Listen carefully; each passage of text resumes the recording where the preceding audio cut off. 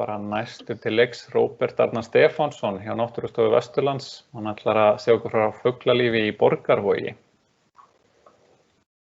Kannski hættir að deila Skarphéðinn, svo að Róbert geti...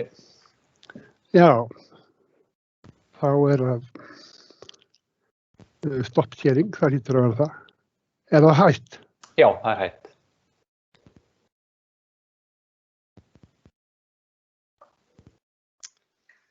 Já, komið sæl. Ég heiti Róbert og á Náttúrustofu Vesturlands. Ég ætla að segja hér aðeins frá litlu verkefni sem að Náttúrustofu Vesturlands vann með Borgarbyggð, fugla í Borgarvogi. Reyndar erindi eiginlega meira leirur heldur fugla en ég fer bara af stað. Leirur og fuglar. Leirur eru lífsnauðsynlegar fyrir fugla og mjög mikilvæg búsvæði þar sem að margar fuglategundir hafa aðgang að fæðu úr sjónum og þetta eru þá aðalega vaðfuglar og stundum sérstaklega til dæmis á vorin þegar vaðfuglarnir koma til landsins, það þeir sem eru farfuglar, að þá þetta stundum einu fæðuöflunarsvæðin sem þeir hafa þegar jarðbönn eru. Og stundum talað bensínstöðina Ísland og þá sérstaklega í samhengi við fargesti sem eru þá fuglategundir sem fara hér í gegn og verpa á Grænlandi og Kanada og koma við á Íslandi til þess að fita sig fyrir áframhaldandi farflug og varp. Þannig að leiru... Ég aðeins truflaði hérna, ertu byrjaðir að séra skjáni hér? Við sjáum bara svartan skjá. Já, það? Þá ég byrjaður því. Ég ætla að prófa aftur. Ég heldum bara að þetta var svona dramatísk svona... Já.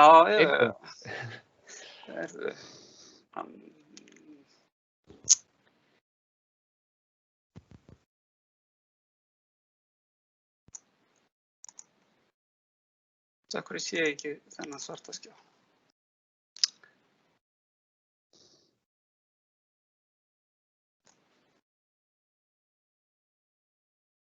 Nú það hætt vantarlega, eða hvað? Jú.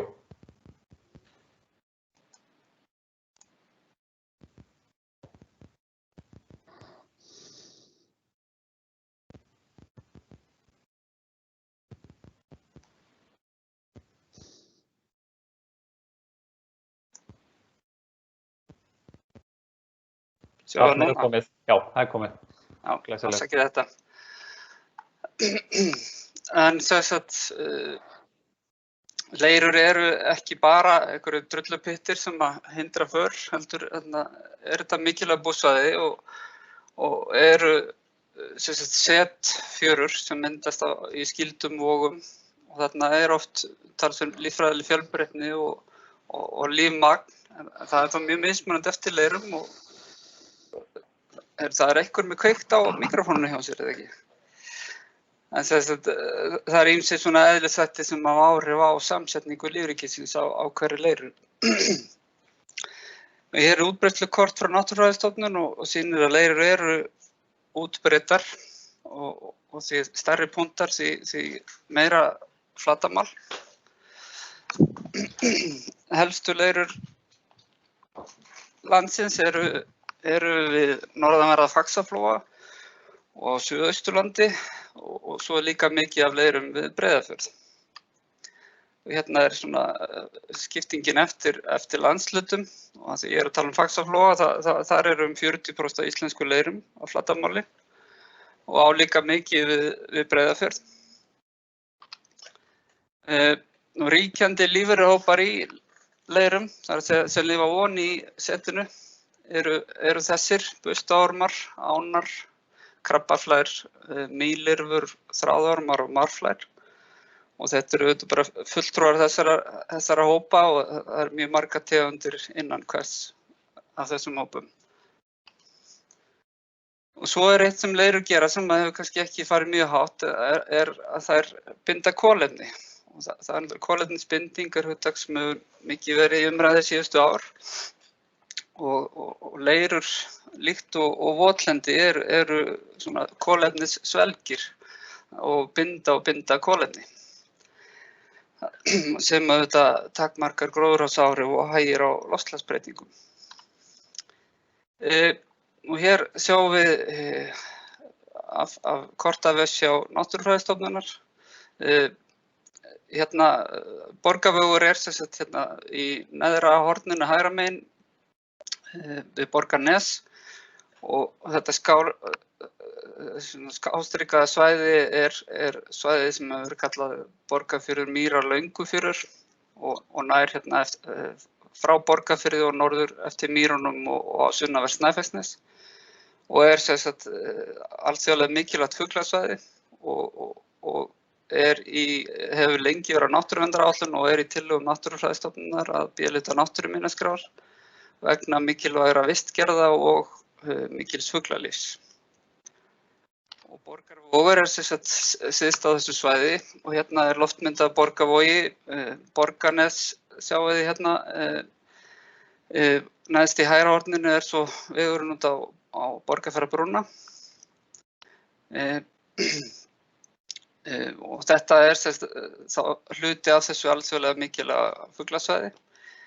Og Borgarvogurinn sem hérna norðvestan við þéttbýlið í Borgarnesi dálítið óvenjuleg leira meðal annars vegna þess að þrátt fyrir talsvert mikil sjávarföll á þessu svæði þá nær leiran alveg frá Stórstraumsfjöru og upp nánasta Stórstraumsflóði alveg upp að sjávarfitjum sem tiltölulega óvenjulegt og það eru lítil ferskvatnsáhrif í voginum og þetta gerir verkum að þessi vogur hefur talsvert rannsóknargildi en ég kem að því síðar að hann hefur mjög lítið verið rannsakaður þrátt fyrir það. Og svo líka því að hann hérna alveg upp við þéttbýlið þá getur þetta verið mjög gott fræðslusvæði og þarna ágætt að fara í fuglaskoðun. Gulmerkta svæði hérna 2,6 ferkílómetrar. Þannig að þetta nokkuð víðfeðm leira. Nú, þetta vistgerð sem kallast gulþörungaleira vegna þess að oft hún svona þakin eða á yfirborðinu eða þunnt lag af gulþörungum. Og þetta stærsta leira sinna tegundar á Íslandi og það eru 63% af allri þessari vistgerð eru þarna á þessu svæði, það að segja í Borgarvogi og svo við Ósa Langár sem eru þarna bara 3-4 kílómetra frá. Það sést nú alla á þessu korti hvar gulþörungarleirur finnast, en það eru 2 punktar hérna við Borgarfjörð, einn á Reykjanesi, einn á Melrakkasléttu og einn á Suðausturlandi. Og eitt af því sem einkennir gulþörungaleirur mikill þéttleiki af 2 hópum, það er að segja þessi efri sem ánar, litlir ormar og svo lirfur rykmýs. En þessi vistgerð mjög lítið rannsökuð hér á landi. Það einu sýnin sem hafa verið tekin úr svona leirum sem ég veit hluti af rannsókn Líffræðistofnunar fyrir vegagerðina, þegar átti að fara með veg hérna yfir efsta hlutan á Borgarvogi og þar voru teknar 2 stöðvar, þannig að þetta eru 2 litli punktar og þar voru 2 tegundir ríkjandi og þéttleiki mjög mikill 15.000 dýr á fermetra af hvoru þeirra. Þetta eru mjög smávaxin dýr, lítið einhvern veginn svona út. Ástæðan fyrir því að við fórum í þessa könnun fyrir Borgarbyggð var að það voru hugmyndir að gera nýja fyllingu út í voginn.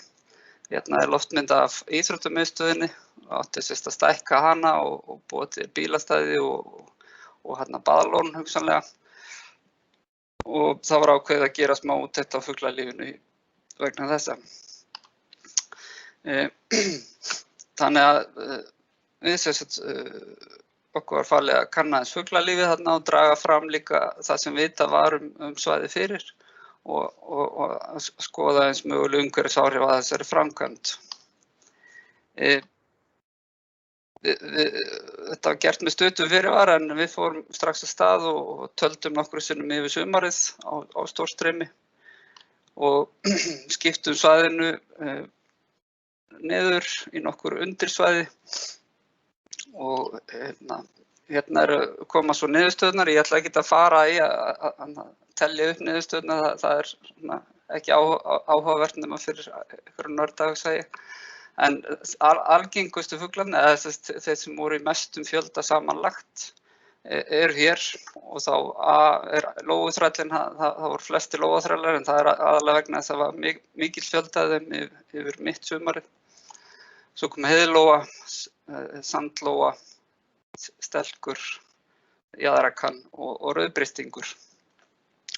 Og eftir þeim komu svo tjaldur, brandönd, hettumáfur og sílamáfur. Og neðst hérna heildarfjöldi vaðfugla. Þeir voru flestir mitt sumar, aðalega vegna lóuþrælahópsins. En það var samt talsvert af fuglum hérna í öllum talningum. En þeir sem þekkja til fugla vita að sumir þeirra koma fyrr en í byrjun maí, fyrsta talningi var í byrjun maí. Og við höfðum því ekki upplýsingar það sem gerist fyrir þann tíma, sem var svolítið bagalegt. En þá kom sér vel að við áttum gögn þennan stað. Við vorum með talningar á leirum á þessu svæði árið 2006 sem hófust miklu fyrr í byrjun mars. Og svo var ein rannsókn fyrir Vegagerðinni einmitt sem Arnþór Garðarsson og Tómas Gunnarsson töldu fugla í Borgarvogi. Þannig að við settum allar þessar niðurstöður inn á saman á mynd, þar sem við byrjað þá að telja frá byrjun mars í staðinn fyrir byrjun maí. Þannig að hvert bil hérna það bil 1 mánuður. Þetta þá þessar 3 rannsóknir, rauða okkar, svarta Arnþór og Tómas og hvítu ferningarnir eru svo okkar talningar frá 2006. Og hérna fyrstu 2 bilin upp í 60 á X-ásnum lítið að gerast hérna í þessum tegundum, en já, stelk, tjald og jaðrakan var talsvert af fuglum fyrir okkar talningar hérna í sumarið 2019. Þannig að þarna var mikilvægt að voru til fleiri gögn. En svo snerist blaðið heldur betur við. Það var Borgarbyggð ákvað að hætta við þessi áformum að stækka íþróttahúsið og fylla út í Voginn. Það var nú ekki bara vegna þess hvað þetta var frábært fuglasvæði, þó það hafi haft einhver áhrif. Það kom líka í ljós að þessi framkvæmd hefði orðið mjög dýr, af því að það var hérna djúpt niður á klöpp undir þessari leiru. En nú það sú sem að Borgarvogur í friðlýsingarferli og bara í fyrra daga þá hófst ný hluti af því ferli þar sem voru auglýstir friðlýsingarskilmálar og hægt að gera athugasemdir við þá núna fram á sumar. Þannig að ég ætla þá ekki að tala mögulega umhverfisáhrif beint þannig séð, en leirur eru mjög mikilvæg fæðuöflunarsvæði fyrir fugla og eru að minnum að til vanmetin búsvæði oft á tíðum, meðalans vegna til dæmis eins og Borgarvoginn, þegar maður horfir út á hann með berum augum þá sér maður ekki mikið. Þannig þetta það stórt svæði að fuglarnir hverfa nánast í honum, en það er mikið af fuglum þarna. Og íslenska leirur eru gríðarlega mikilvægar. Bæði fyrir fugla og þetta fyrir dýrin sem lifa í þeim og svo í þessum efnahringrásum eins og bindingu kolefnis. Þannig ég ætla að láta þetta bara duga, svo ég örugglega búið með tímann.